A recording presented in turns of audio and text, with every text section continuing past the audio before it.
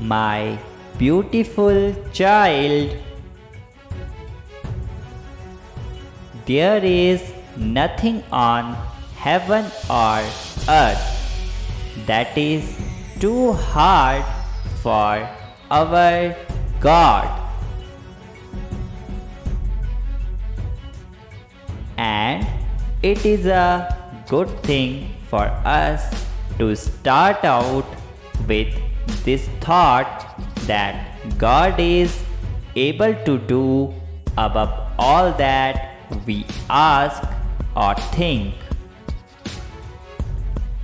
God is positioning you for greatness, and no person on earth or demon in hell can change it.